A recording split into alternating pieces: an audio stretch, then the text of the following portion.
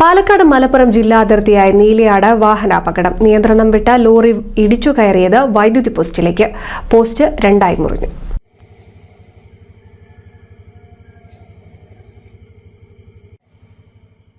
രാത്രി 1 മണിയോടെയാണ് അപകടം. എടപ്പാളിൽ നിന്നും തൃത്താല ഭാഗത്തേക്ക് വരികയായിരുന്ന ലോറിയാണ് നീലിയാട് വളവിൽ വെച്ച് വൈദ്യുതി പോസ്റ്റിലേക്ക് ഇടിച്ചു കയറിയത്. ഇടിയുടെ ആഘാതത്തിൽ പോസ്റ്റ് രണ്ടായി മുറിഞ്ഞു. ഇതോടെ വൈദ്യുതി ബന്ധം തകരാറിലായി. വ്യാപാര സ്ഥാപനത്തിന്റെ കെട്ടിടത്തിനും ചെറിയ തകർച്ച നേരിട്ടുണ്ട്. ലോറിയുടെ മുൻവശം പൂർണ്ണമായും തകർന്നു. വാഹനത്തിലുണ്ടായിരുന്നവർക്ക് കാര്യമായ പരിക്കില്ലെന്നാണ് വിവരമെന്നും ഡ്രൈവർ ഉറങ്ങിപ്പോയതായേക്കാമെന്നാണ് പോലീസ് പറയുന്നത്. NCV news, Thrithala.